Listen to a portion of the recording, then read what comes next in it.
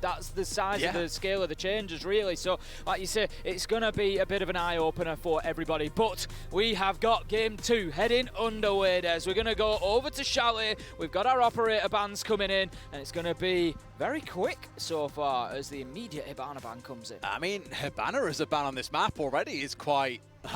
You don't really see her on this map. I'd say played for one, but banned even more. Like teams love running things like the Ace or the Thermite to put focus on the dining wall or looking at the focus on the office wall. They're always the big two focus points. The one thing it does enable you to do with it being banned away is to play on mezzanine and much more aggressively, because for a lot of players, they'll stick a player on mezz behind a single reinforced wall, and it's the Hibana's job to deny that away, to Hibana's job to get it opened up, and then it's on the defenders to kind of counter that by shooting them off the wall, which is normally where your library stairs player comes in.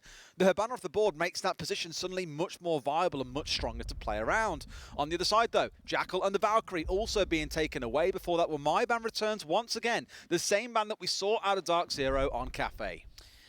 The most interesting of those 4 bans to me is that Jackal ban from w7m. They start off on the attack. But that's a proper, you know exactly what you're getting when you get into a ranked game. You know what you're getting, exactly. I'm excited. See a Jackal ban. I'm excited.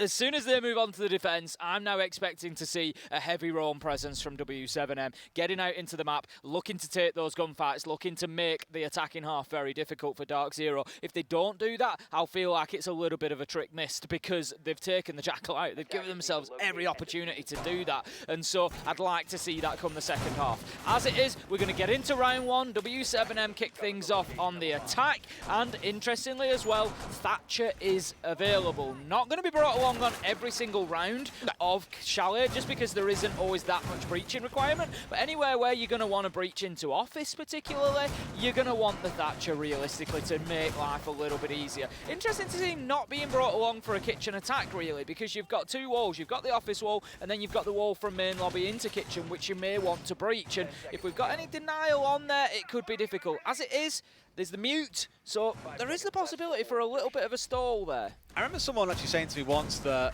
Mute kind of plays like a Jaeger in a way, and I was like, what on earth are you talking about? This was a coach, mind you, in EUL saying this. And he was saying essentially teams, to try and force their way through these Mute jammers, if you can't shoot them from below or get rid of them safely, you are forced to use a grenade to get rid of them. You have to toss it in.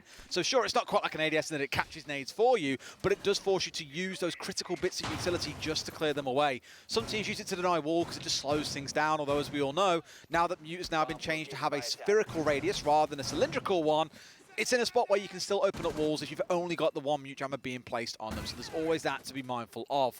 For w7m though, things are going to start off, for a few of them at least, up towards the north side with the focus on Trophy. No big surprises there. You may yet see them rotate over to playing inside a lobby a bit later on and then moving their way forwards. Wanting to get themselves established inside a Solar by the look of things. They've got 2 on Repel on the windows, but it's going to be Pamba on the smoke, holding them back for the time being. But as you can see, Toxic Babe canisters going out already. Herds is there, he's ready, he's alert, he sees Pamba stray across and just expose himself down the side of that reinforcement, and he will take a little bit of damage as well. Pamba's being pushed around a little bit here, but it's Eclipse who's doing the real damage. Manages to find a nice nade onto JV. That's going to take him down. Good entry for DarkZero, and they continue as they left off against G2. Des really good on the entry. There's 3 of them that are being tagged down here slowly, but they're the ones finding the kills. It doesn't matter on w7m if you can find your man, because you're not putting them in the coffin. So unfortunately for w7m, they're down 3. They've found one back with Volp starting his march forward, but with how much HP he's got left him, it's looking a little bit dicey. Goes for the head and just about misses his man. Going to take a few pot shots through the soft wall there. Doesn't find one, but does manage to spin onto the bathroom door and take down Pamba with a headshot, leaving us now in a 3v2. Taking down the default cam. w7m, a little bit of a mistake there. I know that they've gone in and they've gone into gunfights, but you've got to be taking out that default utility, because it's the information. You saw it was a little blue, it was being watched. DarkZero have got players dead. They're on the cams. You can see that Pamba Hyper feeding that information back in. And w7m, they need to make sure they don't let nerves get the better of them. They need to make sure that they are doing the basics. They are here, just getting some walls opened up as well. Of course, mindful about these vertical shots as in comes GDN, trying to find one.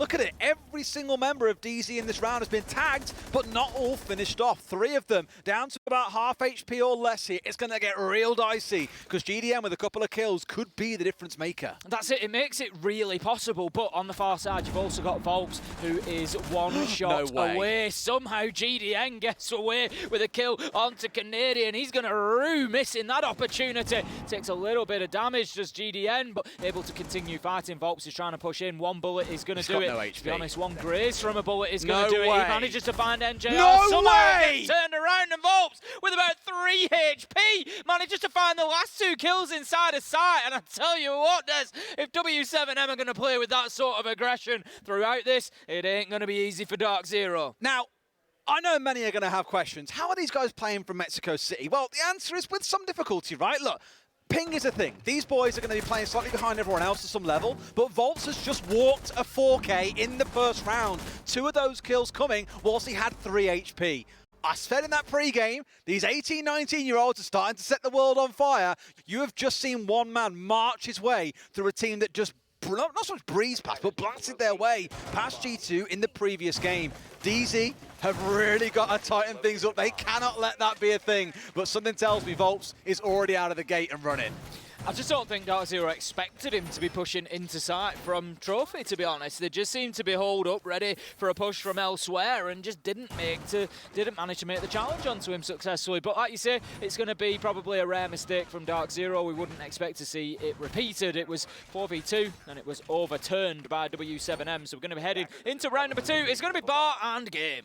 Yes, this is the setup that I was on about in the pre-game, by the way, with the Habana band away. Not common at all on this map. Where Hyper is right now is where you'll have a player sat normally with a shield facing up towards the library hallway window as well. And normally the main point of challenge is that you get Habana out on the library window and start trying to get that opened up. You can't really do that now, given she's banned away. So there's no hard breach attempt coming in from the other side. w7m just saying, forget about it. We'll bring the butt, we'll bring the sledge. We've got 4 nades on side. We've got loads of flashes. We've got the Flores in back pocket. It just screams confidence to me that they're not even bothering with a hard breach here. Not that it's really needed for this site, but they don't care about bringing an ace, for example, to try and force this wall open. They're just feeling confident they can kill them outright by trying to jump in through windows or pushing in through lobby, or even worse, just saying, right, we're going to get inside library, we're going to march forward, we'll kill 3 people. What's the problem? Looking to get aggressive towards library. w7m here. Flash goes in, is going to hit NJR full in the face. He's going to be very reliant on Hyper, and this is what we see from this position, as you say, one having to look after the other. Hyper, he's just aware that there's a potential for somebody to come in through that single window, probably looking for the drones as well, make sure that that utility is getting taken out. Still 8 available for w7m here, so plenty of information to be fed back into these entry players before they try to move in, but the ADS is doing their work and taking down the throwables. Case manages to take down Herds with an unfortunate nade there on the team kill, and then we get a 2K running in, one going either way. 4v2 for DarkZero once again after it all shakes down. There's Volps off the board this time, so that's the big fear from round 1 gone, and DarkZero, they need to prove that they can close this out this time. They do, absolutely. It's another 2 versus 4. Volps is offline, so okay, cool. Big point advantage over to the side of DZ. That friendly nade kill, really the big destroyer, I think, for w7m's attack, because they've done the job. They've burned through the ADSs. They've done all they needed to, but just sadly had the bounce off the window, which brought down one man. NJR finds the second. All too easy for DZ to completely shut w7m down in round number 2.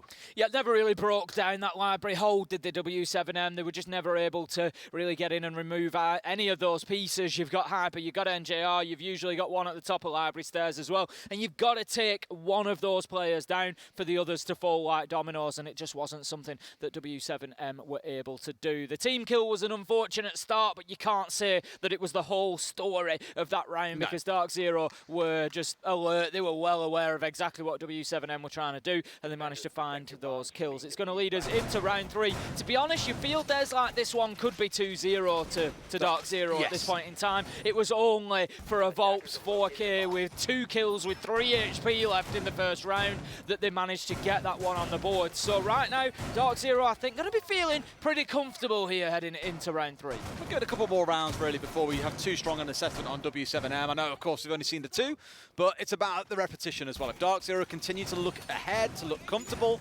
then there's questions to be asked for W7M about what they can do to turn things around.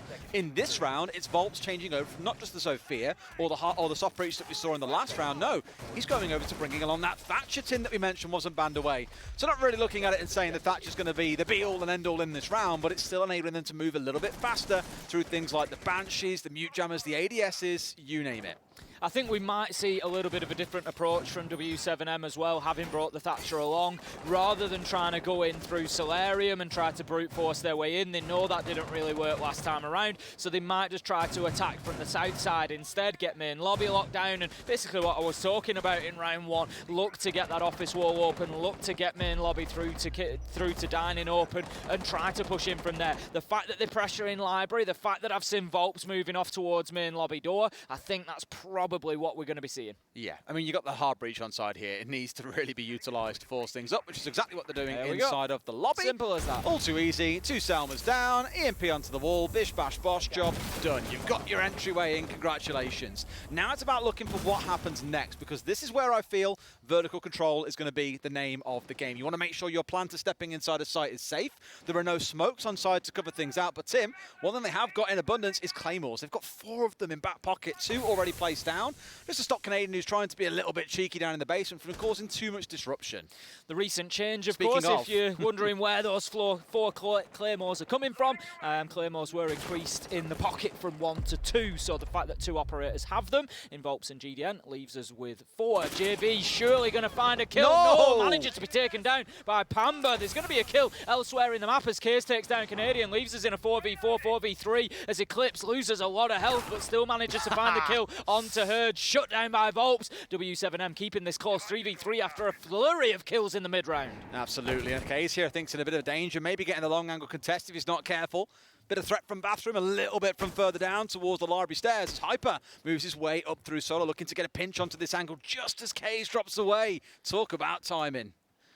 Just going to have a little bit of a pause in the mid-round here as the information is coming in. We can see v0lp's and GDM both on the drones there. They've got what they can gather and they're going to look to start moving forward. Only 3 drones left on the board though, Des. That's going to leave W7M really starved of information here. There's still vertical control for DarkZero. They've not been able to clear them out from above, so W7M are likely to have a tough time of things. v0lp's, he's going to clear out a little bit of utility, but he's very conscious towards those library stairs and probably with good reason. We're going to have Hyper managing to find the kill onto Kays. He's going to be shut down in a trade by GDM, but there come the last 2. NJR and Pamba closing down W7M. That's going to be 2-1 to them, and DarkZero looking pretty good on the defense here. Yeah, it's weird really, because W7M went straight for that entry point in towards site, got it opened up nice and quick and put a lot of their focus around there.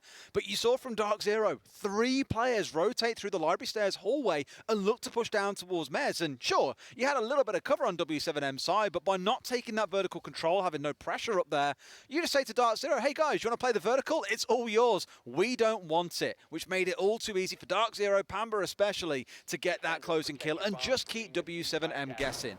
So far for W7M, not quite living up to the hype that we saw in LATAM, not putting on a show to really shut DarkZero down. A couple of sparkly moments coming out of v0lp's, but for the most part, DarkZero look in control.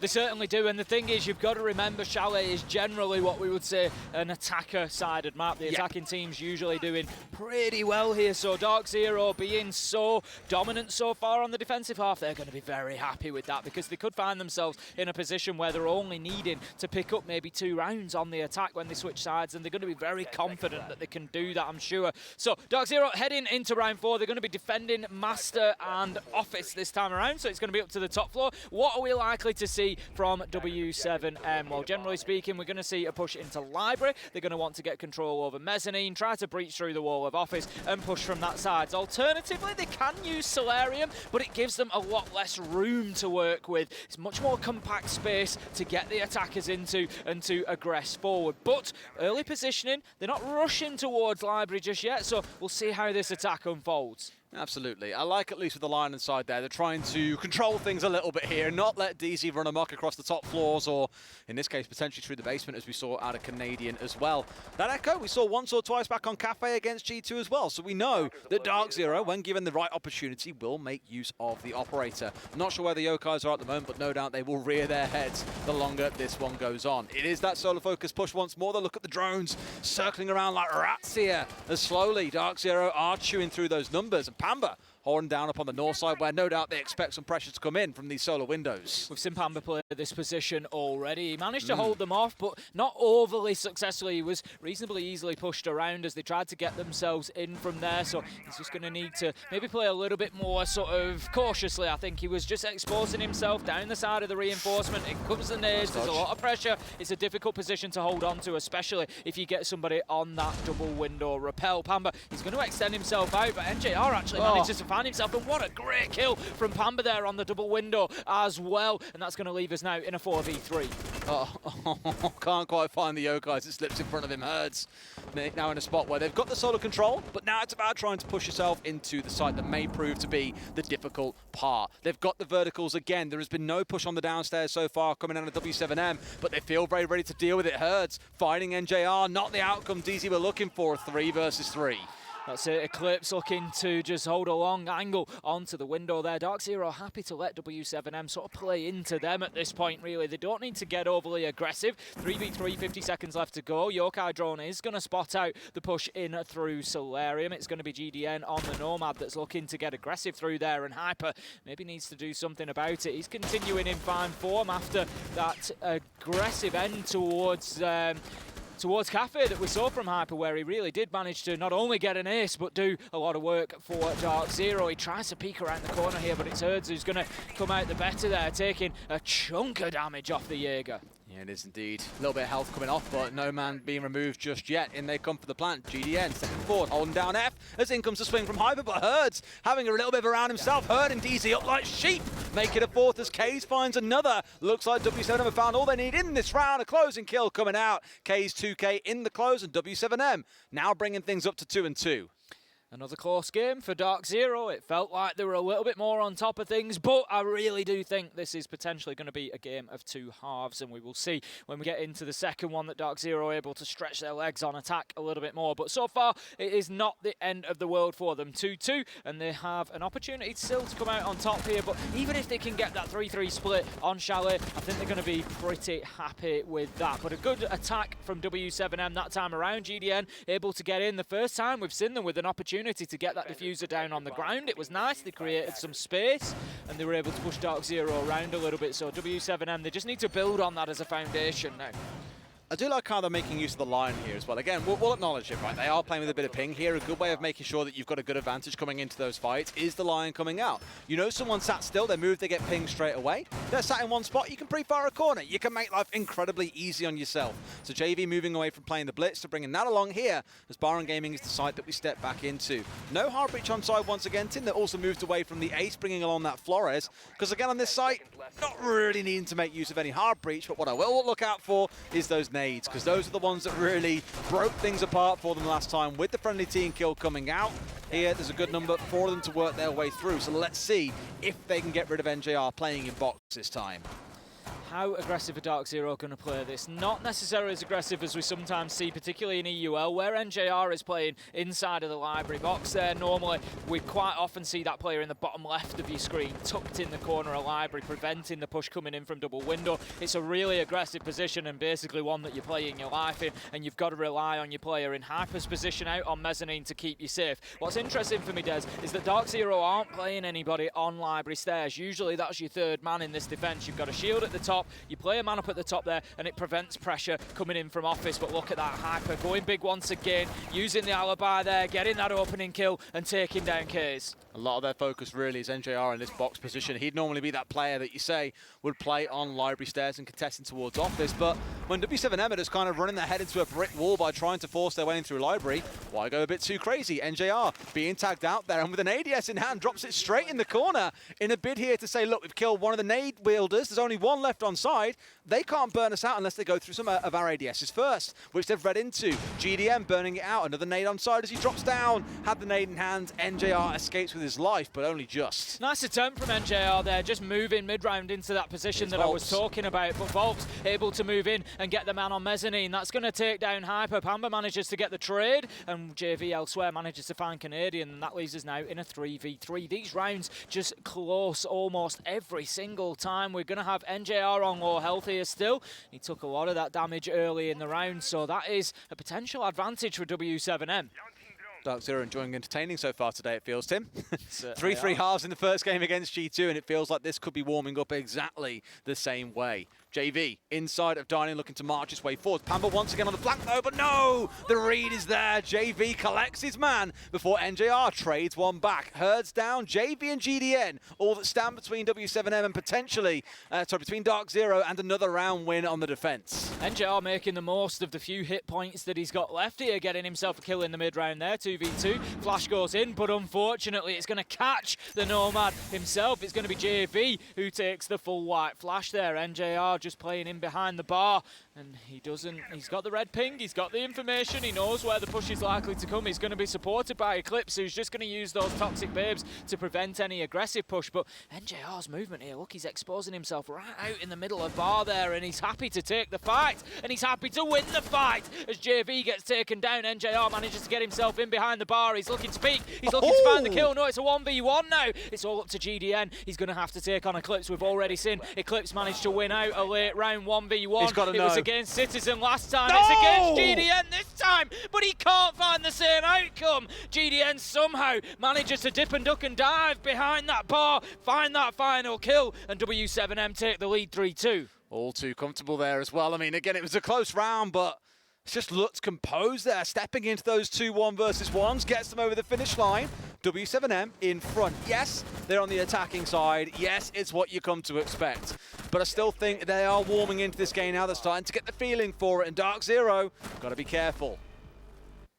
They do. They don't really want to see themselves 4-2 behind, because whilst we say that the attackers will have a bit of an advantage here on Chalet, it's unlikely, I think, that we see DarkZero come in and get a 5-1 half. I'm not saying it's impossible, but w7m, they're hitting some shots today. They're certainly competitive inside of this, so it's not going to be easy for DarkZero. And if they're staring down the barrel of, right, we can now get a 4-2 half, we can tie it up, we can go to overtime again, that could be a little bit of a mental drain on them, because they don't want to come through the first two games, both going to overtime, both going to, you know, DarkZero don't want to play 30 rounds in 2 games to come away with, you know, 3 or 4 points. You want the lion's share of those, don't you, Tim? Certainly. I think for w7m side here as well, they're excited about that defensive half, because again, they banned away the Jackal. They really want to be looking to get cheeky. Interestingly, banning away the Valkyrie, which they themselves could have made use of. Herd stepping across the bringing along the Nook here. See, some teams ban away Nook on maps like Bank, even if they know the other side doesn't play Nook. They'll ban it just because of that sheer fear of what it can do. You know, the FMG, not an awful gun. Is it the best attacker gun? No, but it's pretty good for the defenders overall, so not terrible. You've got the nades on side, and of course, and go creeping up some backstairs and cause some real damage if you're relying on bulletproofs, of which there is one, with NJR having deployed that from the castle. We're going to have w7m mounting their final attack then, as we are in round 6. The drones are still buzzing around that mid-floor, trying to find exactly where DarkZero are located. We're going to have NJR playing inside of West Main, and it looks like there's going to be some pressure mounting on him pretty soon, as Herds is looking to make that challenge. He's looking to find his man, but NJR is keeping himself mobile. He's dancing around, and he's going to dance his way all the way back into sight. Vertical nade not going to do any damage to anybody on the side of DarkZero. Eclipse just takes a little tickle there somewhere else in the map, and Kays gets himself onto that upside down rappel to try and again make it difficult for players to move around inside of sight. They really enjoy their Solarium control, do w7m. They also enjoy finding some freebies. Pamba going down without so much as a shot coming back. It looks like actually a lie. JV taking a bit of damage, 2 kills coming in for DZ. NGR and Eclipse both find themselves on the board and saying, no, Kitchen's ours. We're the ones cooking up a win here. We're the one who want those 5 points. Another one comes in as Canadian steps forward, but in comes Volts. We've already seen what he can do here on the Twitch. They've brought it back down to a 2 versus 2. Is this when they can fight their way back, Tim? Vertical control is still in the hands of DarkZero. The question is now, do they try to play it from completely upstairs? JV going to take a lot of damage from Canadian there. Volp's looking to get the diffuser down, and the cover is going to be in place. This is likely to be stuck here as Volps does secure that. I'm not sure how aware DarkZero were of that, but they're happy to play the retake from above. Canadian managing to find JV. That's going to be the planter who, sorry, no, the cover who is gone. Volps is going to be downed, and that is that. Just a case of mopping up, getting in, disabling that diffuser. DarkZero using that verticality very, very well there, and showing why you gotta have top floor on Chalet if you're gonna plant inside a kitchen and dining.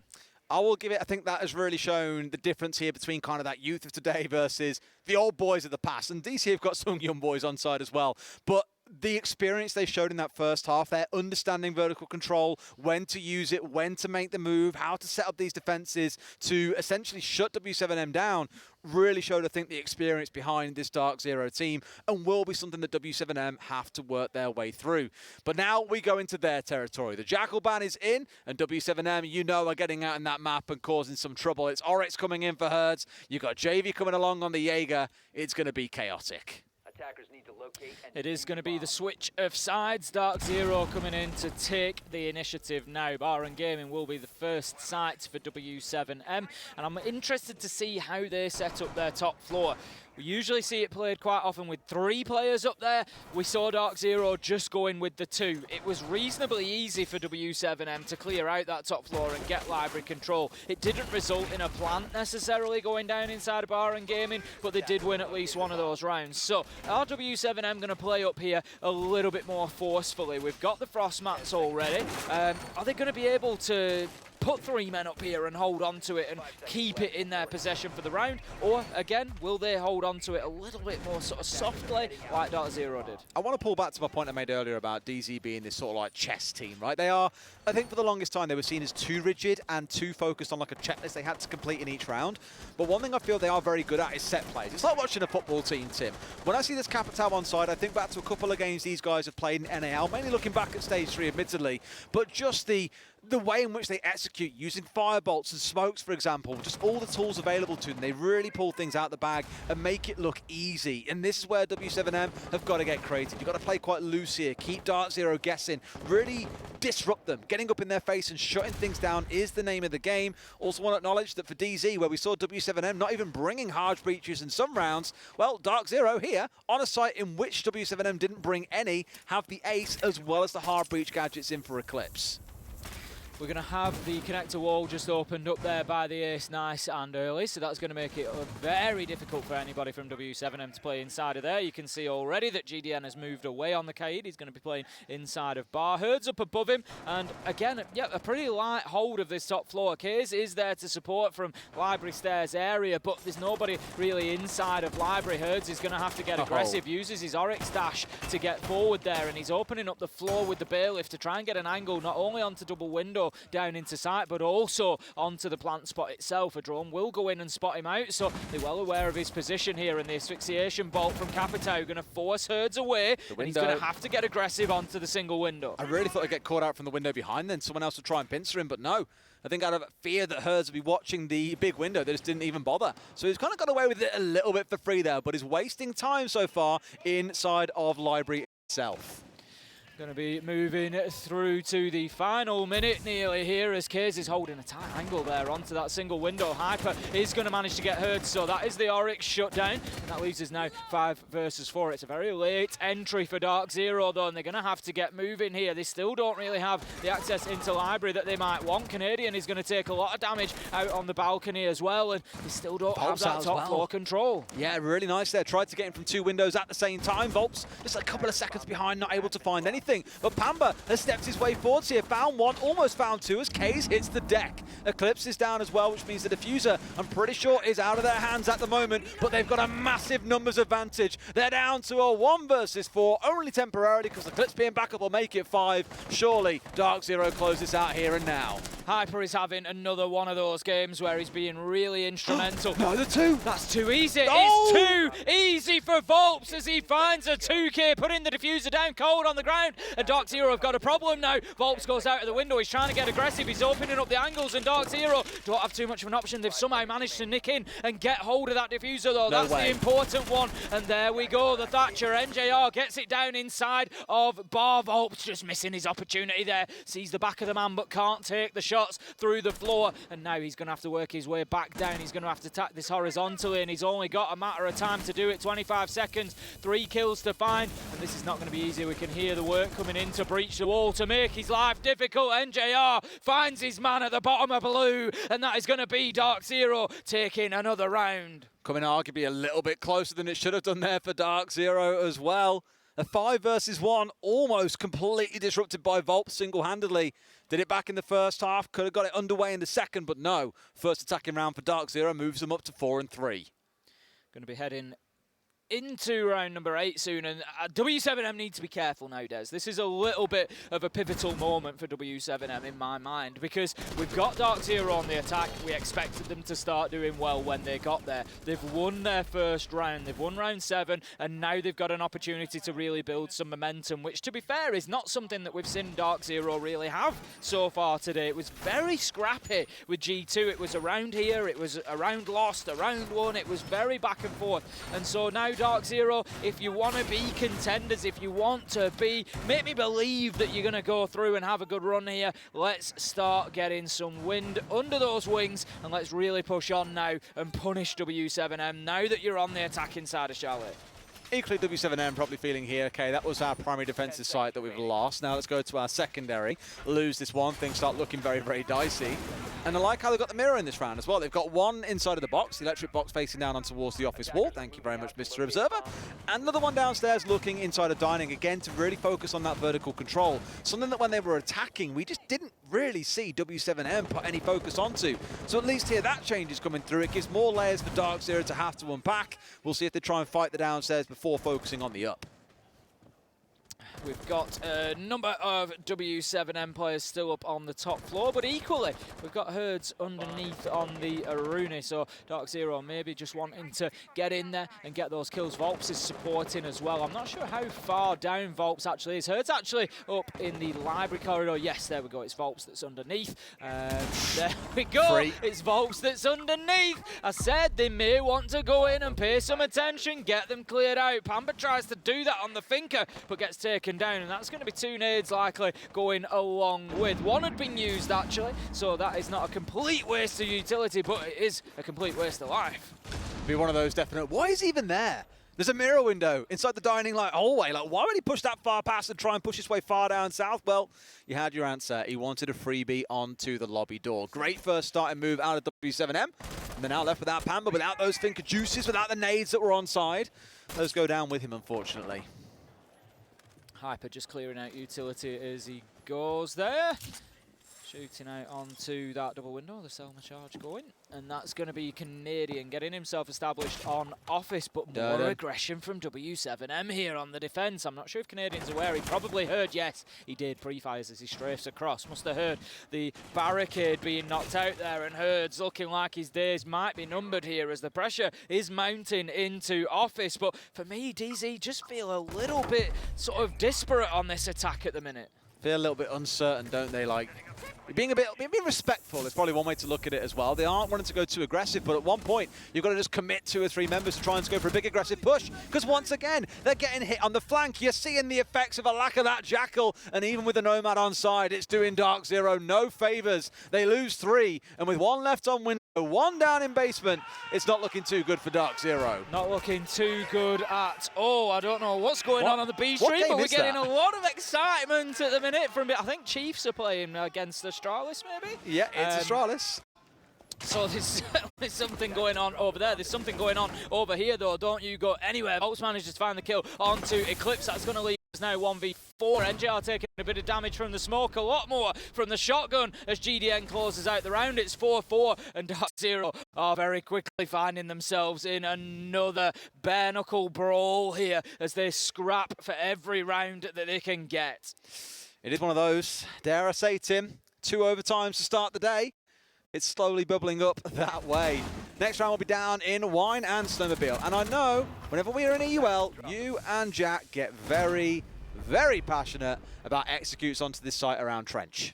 I do get very passionate about executes onto this side because you can do it with 2 or 3 men. You really don't need too much at all to get this job done. So what we're potentially going to be looking for here, DarkZero, they need to get themselves control over Big Garage. They need to get themselves control over Trench. They need to be careful of the west main flank, which can be done just with a drone on the bookcase up at the top there, so long as somebody's going to be watching it. Once you've got control over that area, you're going to breach the wall that's right in front of you. You're going to breach the wall that's on the right-hand side of you.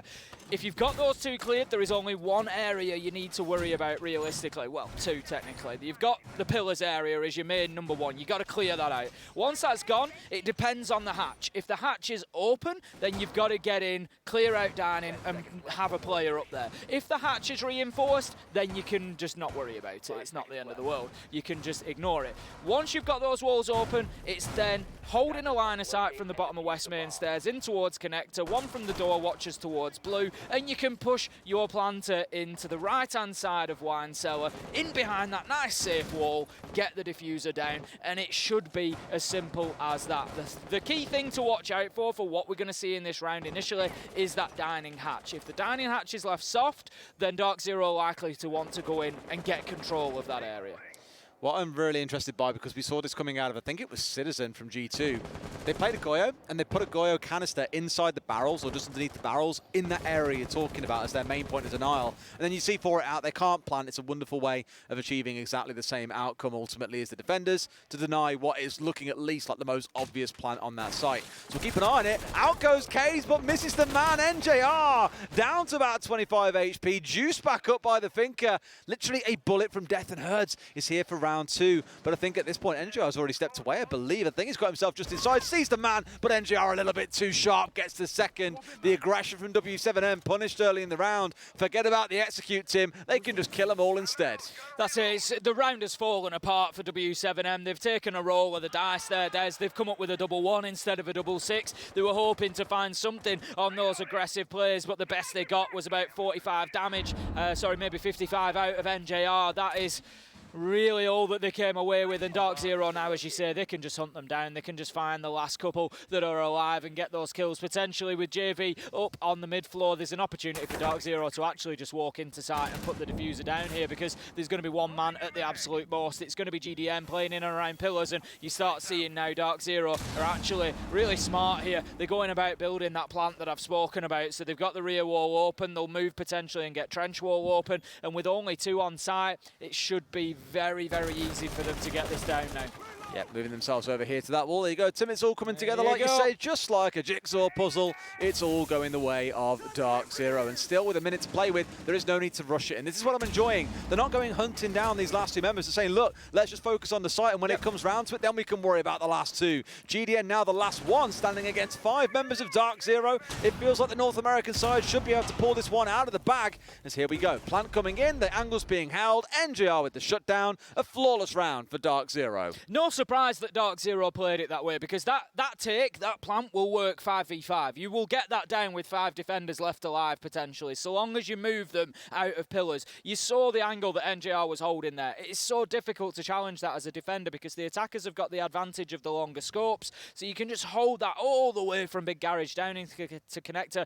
Very difficult to play against. So in a 5v2, DarkZero know that 100% that diffuser is going down if they push onto site. So very professional from them. They get themselves the advantage, 5-4, and I think we're going to have a tactical timeout coming in from w7m. Yep, they did call in for the pause here, so a little bit of a conversation to be had, I think, as they could see, all right, boys, we've had a good couple of rounds here, but now things are slowly starting to slip away from us. They need that conversation to get things back on track, but I think it's quite evident they're struggling, Tim, as it goes through this second half. DarkZero are looking good on the attacking side. They've gone 2-1 so far. A couple of rounds where maybe you'd argue, okay, Volps, you know, had a bit of a scary 2K coming out, but not enough that it's going to get them anywhere near the finish line, I feel. DarkZero just looking very in control at the moment.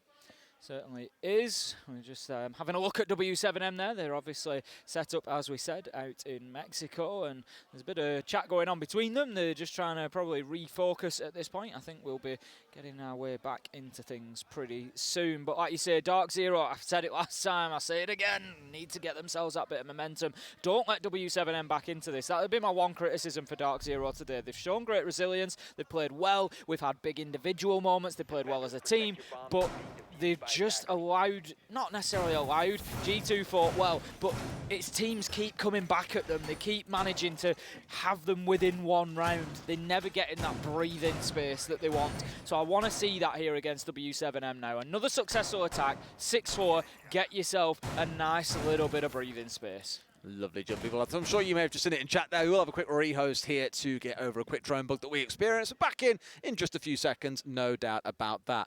It is round 10 we're going into for W7M. I think you've touched on it nicely there as well, Tim, around the expectation of really what to come out of this group. I think many are looking at it and saying, you know, okay, we expect maybe G2 and Heroic to be the ones that go through. At least I think I was. Now we've seen DarkZero come out strong on day one. The only thing that makes me nervous about a team that plays well on day one is there are still 2 more days to go. And by the time you get to day 3, they can be figured out. Other teams have caught up by then, and things can very quickly start slipping. Well, I said this about coming into it, looking at all the teams that we've got here. Obviously, BDS, there's always a big question mark over. They haven't had the best, you know, results on LAN necessarily. No. And quite often we see them come into tournaments really hot, and they come in and they're winning games, they're beating everybody, and it seems like it sort of just dies off towards the end. They'll maybe get a quarter, a semi, and they just don't have the legs to get over the line. Whereas this time coming in, BDS have had a little bit of a questionable season in EUL, and I wonder if that's going to do them better here. You know, you come in and, like you say, DarkZero come in and you beat this team, you beat that team, day 1, day 2. Can you sustain that over the whole 6 days of the tournament? Or is it maybe better to come in, lose a game, win a game, you know, close games, just get yourself through and save that peak form. Yeah, save that peak form, save that peak performance for the later rounds. We've seen teams do it so often and go on to win the tournament. I mean, I'd rather teams play well the whole way through. I know, but it's easier said than done. Obviously, yeah, it's easier said than done to come in and just dominate from day 1 all the way through to the end. We've had days in the ranked stat where you've been an absolute demon one day and the next people are running on site and just killing you for no reason. We've all been there. And this is it, you know, especially at tournaments at this level, you're coming up against the best in the world. Very difficult to maintain those sorts of results. You know, at that point, what, are you going to go through the entire tournament and not lose a map? Or just lose one map in a best of 3 somewhere? It's very unlikely when you're playing against these teams. So for me, if you've got to lose a map or 2 here or there, take it in the groups. Get yourself through and then really storm it in the playoffs. Just as a reminder, we do have 8 games on this stream today. We've already had DarkZero versus G2 that was 8-7 to DZ. A very thrilling game from start to finish. This is our second. The third game we step into is Direwolves versus Team 1, which in itself should be quite exciting. You know, Direwolves coming in with very much a hot streak coming out of APAC South, but the question that kind of hangs over them is, but can they do it on the international stage? Not a rainy night in Stoke, Tim. The international stage is where they've really got to show up against Team 1, who, as we know, are also playing remote, the same as W7M. That's it, and you know we don't know how that's going to pan out for the teams that are playing under those circumstances. As it is, W7M have been pretty competitive so far. 5-4 inside of the server, certainly making a game out of it. I think we're going to be getting back in any second. We'll just make sure everything is tickety-boo before we transfer you back over. Tickety-boo. But we should be on our way. I don't know. I've heard it a lot. I just know over that the it years. means okay. Yeah, everything's okay. It's got an origin, right? No one just kind of one day randomly went, oh, tickety-boo. Oh, what a great way of saying everything will be okay, right? I don't know. I want to know the origin. I'm going to look it up later. I'm sure it'll give you something to do. I mean, I'm going to probably watch the games. Yeah, you do that. I'll do that as well. But, you know, we've got breaks, we've got pauses, we've got dinner to go and have later as well. We've got plenty of time to chew through. We've got lunch to have yet. We've been on since early this morning. We're waiting. We're waiting for our lunch at this rate. It has been a wild 24 hours, mate. Yeah, it's one of those. I think this time yesterday I was in the air over to Detroit. Yeah. And then here we are now. In wonderful Charlotte. Yeah. Where did you fly through? New York, JFK. Oh, nice. Okay. Busy? Very busy. Yeah? Yeah, very busy. Detroit was busy, but not like so busy that you couldn't. You could still move, right? You were okay. Yeah. Just one of those. And then Charlotte's been wonderful as well. Right then, back into things. Round 10 underway. As we mentioned, this is a critical round because if DarkZero find this one, they're at 6-4. It's going to take a bit of an effort from W7M to get things back up. If W7M win it, we're guaranteed to see all 12 regulation rounds, Tim. And that in itself is one way to really start hinting towards overtime. We've already seen one of them today. We saw how close it gets. Let's see if W7M can get anywhere near it. Going to have quite a top floor presence from W7M, similar to what we saw out of DarkZero when they were trying to defend at this site. Not too much of a surprise there. Volps on the Jaeger is up there. Going to just be applying those ADSs to try and keep, I would imagine, GDN on the smoke. Potentially he's going to play in a similar position to Pamba, but we'll see if he moves up those trophy stairs or not. At the minute, it's looking like it's JV. No, JV is still downstairs in kitchen. Actually, we've only got Volps and K's up there at the minute. Herds on the castle as well. So It's a little bit, it's interesting, definitely one to watch. We've got Herds, we've got the Castle, we've got the Jaeger, and we've got the Mute. No, it was the Frost that was up there. So the Mute and the Smoke both downstairs with the shotguns, with the Toxic Babe utility. So it could be difficult potentially for w7m to hold DarkZero out of this top floor. It's literally going to come down to gunfights. May well do, which DarkZero so far have felt a little bit sharper on, outside of Volps having a couple of rounds that will have put the fear up DarkZero's, anyway I can really summarise it. Here he is on the Jaeger, holding himself out towards Mez, and he finds the shot onto Hyper. Sure, takes a bullet or two on the way through, but still manages to pull it off. The holes there on the office wall, not quite large enough to creep his way through, but here he comes on the run out. I can't fit in one side, so I run out the front door. What's that all about, Tim? Volps, I mean, with a great start to the round, really. Hyper was aware of his position. He knew that he was going into a challenge, and Volps wasn't, you know, blessed with the same sort of information, so he did well to win that one out. But Pamba, he's going to level things up, but not for long, as JV manages to find Eclipse. It's 4v2, as there you go. Kaze manages to gun down Pamba, and that's going to leave us now. Kaze on, seriously. Oh, what a peek onto Canadian there, just finding himself a little one-tap as he peeks around the corner, and that leaves us now 4v1, and NJR, he's going to have a real difficulty here. Tries to play the patient game. He does have time on his side. Can't find the kill. It is doable if you look at the hit points on the side of w7m. Kaze and Herds both under 20, and Volps only just above half. So with a little bit of patience, it is possible for NJR, but it certainly won't be easy. He's got 60 seconds to do it all in as well. It feels like a little bit too much time here to make any magic happen. Got 4 men to find. Yes, low, but easy to find? Absolutely not. They dart their way back into the rest of the map, and NGR's now going to go on a bit of a hunt, a bit of a mouse hunt, and gets found by the mouse first, sinking his fangs into NJR. w7m find this round and force us through to at least 12 rounds, Tim. Once again, DarkZero just unable to find that 2-round cushion, allowing teams back at them, back into it time and time again here. Now 5-5 on the scoreboard, as you say. Guarantees us 11. Only one of these teams going to get an opportunity to close it out in regulation and take the full 3 points. What a beautiful view we get of that one, zoomed in, as it was a fantastic shot from Kaze on the Frost, just able to find Canadian at the piano double door, take him down, and that is going to leave us now heading in. 5-5 on the scoreboard, and DarkZero, they need to get these next 2 attacking rounds done. The last thing they want is more overtime. Absolutely, and I wouldn't be massively shocked to see Eclipse step away from playing on the Capitale here. In fact, that's a lie. They use it to assault in towards Mez. Again, I saw it a lot in an AL Stage 3, where when they're trying to push in towards this site and they want to get the player off Mez, they make good use of the firebolts just to force the player away from shields or from against the wall, and normally then into a sightline which grants them a free kill. So you'll see it coming out in this round, I've got no doubt, and Hyper, normally being the entry player, steps across here to play on the support, picking up that ace instead. We did hear the same about Mowgli earlier on, mind you, in their game on Clubhouse against Chiefs, I want to say it was. Walked a 5K with an ace. What's that all about? These things happen, you know. He gets get himself on the AK and he does the business. Taking them down and winning the game for Wolves, a big start for Mowgli. This is the other thing, you know, we come in and obviously we're so focused on the orgs and the teams, but we've got a few big names here, or they're not big yet, but they certainly will be inside a Siege one day. And, you know, there's a few real opportunities for players who are pretty new on the scene, like Mowgli, Benja, like Volks, you know, all these players that have a real opportunity to make a big name for themselves, and it's great to see them come out strong right at the beginning of day one and start putting a marker down. I had a good chat with Rise earlier, actually, because they were, of course, milling around behind us. I just called him and said, hey, you know, I'm really glad you guys have got an org. How you feeling? He was like, truthfully, really good, obviously, but here to have fun, ultimately. You know, gel as a team, really get our feet together and sort out what's going to happen moving forwards.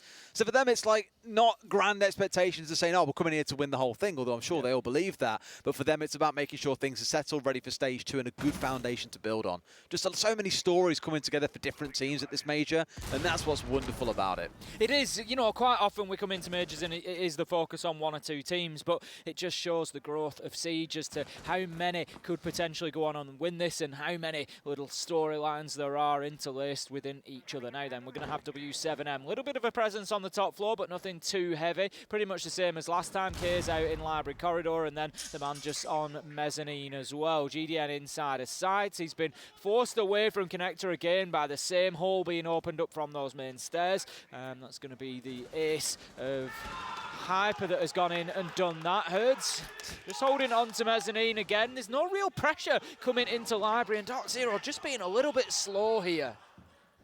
They are having a lot of fun behind us, aren't they? I believe that's Astralis Wolves on the other stream. Astralis Chiefs, I think. Astralis Chiefs? Astralis Chiefs. Of course, yeah, Chiefs have stayed on, I think, for the second game, maybe. I'll find out in a minute. Either way, let's look at what's going on in front of us, because we've got to the last 60 seconds, Tim, and no one's died. What is that all about? w7m normally the ones to go aggressive and try and find some aggression early on, shut down the side of DarkZero before anything really gets going. But as it stands right now, I've just heard about the other stream, by the way, 4-1 to Wolves. So they've got advantage on their side right now. You keep saying Wolves, do you mean Chiefs? I'm pretty sure I mean Wolves. Okay. They must have been the team that stuck around. Astralis Wolves. The C4 miss. The diffuser's going down here, and that is going to be successful from Eclipse. Great cover there to allow him to get that done 3v3, and that could be a huge moment for DarkZero inside of this matchup on Chalet. Hyper, he's got himself on the upside down rappel. Case is going to go for it though. He's on the disable. He's going to make an attempt. The cover's in place. GDN gets one, but he can't get another. No, he doesn't. Canadian finds both of those, and that is going to protect that diffuser and almost certainly win the round as Herds. He tries to do what he can. He battles on. He tries to find a man. Does not, as Pamba shuts him down with the LMG. And that's going to be DarkZero giving themselves another opportunity to take a win here. We see some beautiful executes on this map, Tim, and I always think about ones through that bar gaming window as ones that really set the pace for it as well. Just in you go. You've got the cover coming in from the window as well. Plant is down. Canadian with a kind of drive by two. Oh, looking skyward at just the wrong time, and it falls by the wayside. That's DarkZero with the chance of securing 3 points. 5 games after 2 games would... 5 games? 5 points after 2 games. I'll tell you what, Des, if they'd won 5 games in 2 games, it would be magic. I would be very impressed by that. If you're looking at mini games, then maybe you can include it, but there's no mind games or mini games going on here, Tim. For them, they want those 5 points in 2 to really start things off here. Honestly, I think if you'd have said to DarkZero first thing this morning, you can have 5 points off the first 2 games right now, I think they'd have bitten your hands off, and they'd said, yeah, absolutely. Against G2 and w7m. I think most teams would, to be fair. They would, genuinely. What a start that is. Absolutely. What a start that is for NA. All right. Here we go then, potentially the last round. w7m making a couple of changes. Once again, the castle returning, but that Warden coming in for Herds. So maybe the expectation they'll get themselves cheesed out here. They're expecting smokes, flashes, you name it, and just want to make sure they've got a safe answer to it. They won't be miles away because by the looks of it, Canadian is stepping in here playing on the Thermite. You've got the Ossa stepping in, so there is a little bit of cheekiness coming out from DarkZero who want to close this out here and now. Yeah, I think what we're likely to see is the office wall opened up and then Eclipse just looking to get one of those Talon shields down on the inside of the wall. Probably you'll see the melee hit onto it to shatter the shield, so they can't necessarily see what's going on behind there, and then just try and get the plant down. We obviously saw that thwarted by DarkZero earlier, with Eclipse playing underneath, made it difficult for Prano. Yep. So that could be the same situation here. DarkZero need to sort of take that knowledge out of their own book and make sure that they're in control of dining particularly, so they don't suffer with that. But I think that's possibly what we will see, unless they decide to get themselves in through Solarium and do the same on the other door. Either way, the real focus for the side of w7m is those 3 players in the middle of their leaderboards, looking at Herds, Volps, and GDN. They've got the impacts, they've got the C4s. Those are the things that can shut away those shields from the Ossa and make sure that they can't get in for those cheeky plants sat behind them. So keep a close eye on both of those C4s and the impacts. See when they get used, because hopefully it's not too preemptive. But if they don't know the Ossa is coming, you might find them burning them quicker than they'd like normally. JV's just going to be playing on that door. The castle barricade is gone, so might get aggressive. We've seen already w7m try that, trying to peek out of there. It was a battle between Kays and Canadian last time, but see whether JV can potentially have any more impact. Herds getting aggressive up towards Library as well. DarkZero going carefully, cautiously here. We've only got 6 drones left. Make that 5, make that 4 as 2 get taken out by w7m. So with half of the round left, DarkZero, they're going to be playing in with limited information here. Volps has taken a ton of damage on the downstairs, but it's that sort of position that I was talking about that they need to make sure they deal with if they do want to get in and maybe plant behind an Ossa shield. But Herds, he's going to start things off with a nice kill onto Hyper. It's a great start there, removing the 0, because of course you also deny away any information that wasn't already out in the map. And I think Hyper only had time to get out one of those SAM cams, so a little limited in terms of what information you can feed back and forth at this point. He'll be resigned to drone duty for the rest of the round. So for DarkZero, not the start they wanted. 2 members of w7m that are down to about 10, 15 HP. They're a bullet away from death. So if they line this one up right, this could be their round to take. Case knows that the man is coming and finds the kill onto Canadian. He was just stood watching the whole time. It was as easy as that. Catches him on the jump into the window, stuck in the animation. It's all up to Eclipse on the Ossa. 30 seconds left to go, 1v5. He's going to be lucky to find this not being a flawless round, and he doesn't even hit the shots onto the Aruni that's gone out of the window. And that is going to be closed out for W7M. And once again, Des, we're going to overtime. Of course we are, Tim. A bit of a kicker at the end there. I mean, to lose all 5 members so easily to W7M as well, they barely looked challenged there, to be honest. And that's part of the fear, is DZ just felt unaware of these movements of W7M. And that, to be honest with you, is what we expected back at the very start of the game. With that Jackal ban coming in, we expected a lot of movement out of these W7M members to keep DarkZero guessing, to be disrupted, to get up in their face. So much so that DarkZero said, you know what, tactical timeout as we step into overtime, not a bad idea, because they remain on the attacking side here for at least 2 of these rounds. Imagine if W7M snagged this win from under their nose. It would be unbelievable, Tim. It really would at this point. I mean, you know, DarkZero, I think in both games, I've got to say that they have looked in command. They've looked like the team more likely to win out of the 2 with G2 and W7M. It's been very close. They've both, you know, had their moments against DarkZero, but DarkZero have certainly looked more stable.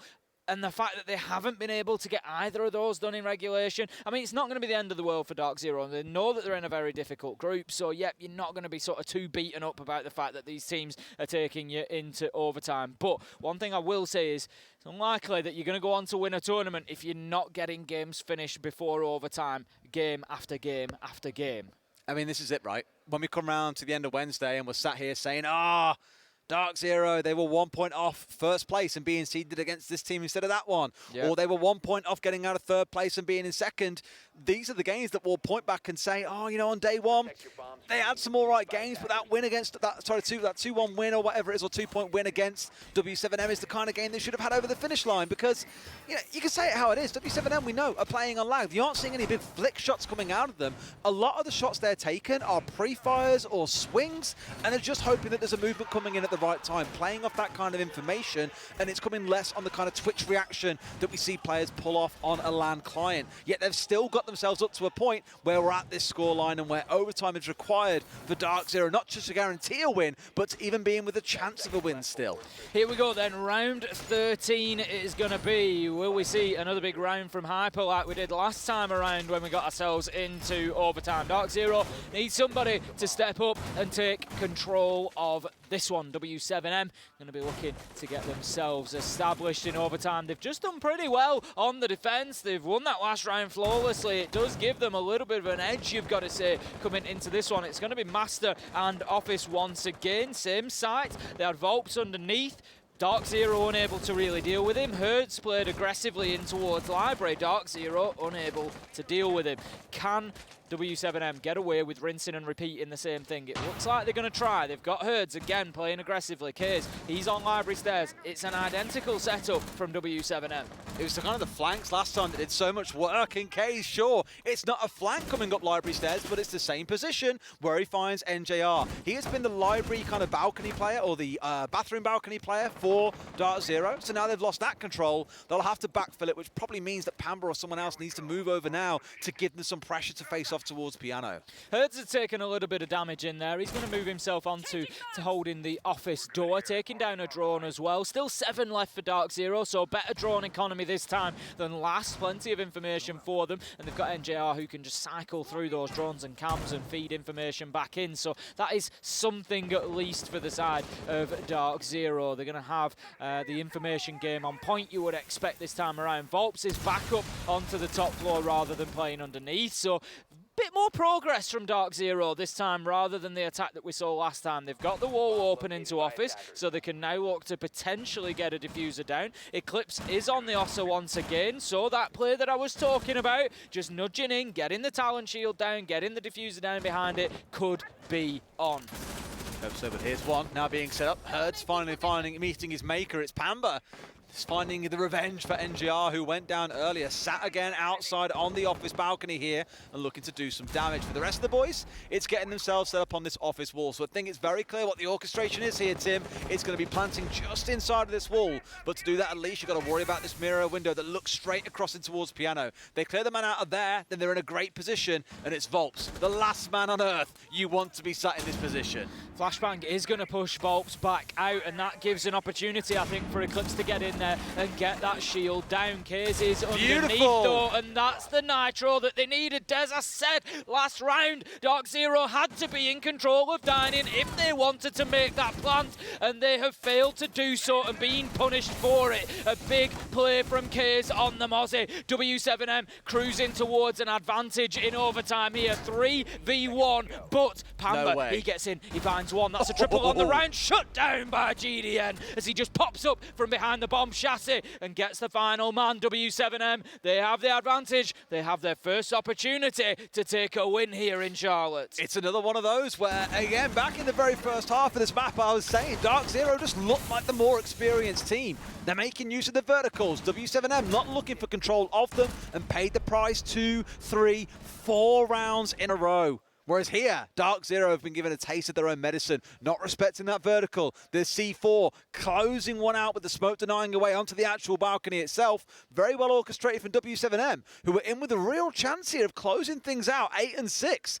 What a twist of the tail that would turn out to be. It really would if w7m could turn. You know, if you look at the game, they've consistently been playing from behind effectively. They were 3-2 up. That's the only time that w7m have led. Other than that, it has been DarkZero that have been ahead throughout consistently. w7m now having the opportunity, of course, to close this one out and get the win. If they can get this round, it would be 8-6, and it would be 2 points to w7m. They're going to be attacking this time, and it is going to be on to Bar and Gaming. We saw last time that DarkZero had this sort of soft hold of top floor. They'd have NJR inside of the library box, they'd have Hyper out on mezzanine, and that would be the entirety of their defense for top floor. I'd be interested to see w7m maybe push in from the solar and office side, because there really wasn't much utility or presence put out there from DarkZero, and it could make it a nightmare to try and stay mezzanine and library. They've basically directly stolen one of DarkZero's lineups here, where they've got the Ace on side, the Harbreach gadget with the Capital coming in. They didn't run this back in the first half, so there are a couple of changes coming in here in terms of intent, and no doubt how they also want to play these rounds. It feels very execution focused. You've got things like the Lion side again that they used a lot in the first half, and the reason for that we acknowledged was likely because what you can do is lock a player in place. When you see him on a drone, you just swing and pre-fire him. It plays well into the fact that w7m are playing on a bit of ping. But here, Tim, they could just try and look for an execute very similar to what DarkZero pulled off. They do need the vertical control before they look for that, though. They certainly do. And there is a presence with Pamba on the top side of the map for DarkZero. So it's not going to be easy for w7m to walk in from there. They're certainly going for it. GDN is in a position to try and get the diffuser down, but no, he finds himself taken out by the smoke of Eclipse. 4v3 though, as 2 kills come in. It's going to be Herds and Kaze who managed to get them, and this could be dangerous for DarkZero as Pamba gets down. Volps is in with the diffuser, Des. He's going to make the plant here almost certainly. I don't see that they're likely to stop. He does try, but it's too late. And now DarkZero in a 3v3. They've got to fight their way back in. They've got the one vertical, but it's Kaze and Herds. They've got the diffuser down. They've got out of dodge like bandits with the bank. They've made out of there. And now it's about what these last 3 members can do. DarkZero, the ones who have to scramble. They've got to run into these angles that are being held. They're very conscious of where they could be. Every corner being checked with absolute detail. But you haven't got a lot of time here. We're down to what could be the last 10. A wonderful trade coming out. By the looks of it, they've found it. A 1 versus 1 stepping in. The diffuser attempt coming out. Herds going to run his way in. If he goes too early, he leaves it out. Going to have enough time. No, they haven't got time to defuse. w7m dispatching of DarkZero here and putting themselves in a position to have 2 points coming out. These 2 teams are tying up the top of the group almost. Herds doing just enough at the end there, just to back NJR off. Nothing DarkZero can do about that one, and I think they're going to rue maybe a couple of missed opportunities throughout that game, but w7m have fought hard, and what a start we have had to the A stream, Des. We've had an 8-7, we've had an 8-6, we've had 2 overtime games, absolute bangers, the pair of them, and I just really hope that that is setting the bar of the standard that we're going to continue to see here at the 6th Major in Charlotte. I realised towards the back end of that close, they're not yet tied because DarkZero do walk away with 1 point from this game. So they sit on 3. Half the points taken from 2 games. It's not quite the end of the world for them, but for W7M, a big statement that this group is anything but predictable. We'll go to a quick break. When we come back, we'll break that game down a little bit more.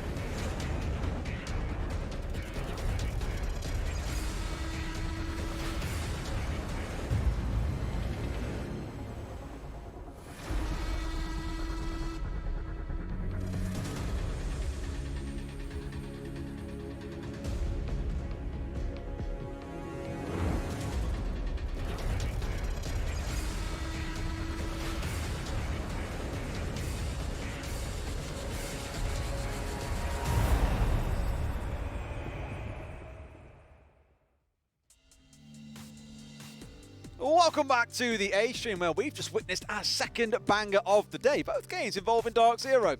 Weird that, Tim. An 8-6 to W7M. Some fantastic rounds taking place once again. And Group C looking as confusing as ever. I mean, it's not like us to get overtime games, is it? Weird that. We've only cast 2 and we've had 2 overtimes. We're on 100% hit rate right now. And I need to lie down after that because what a start that's been.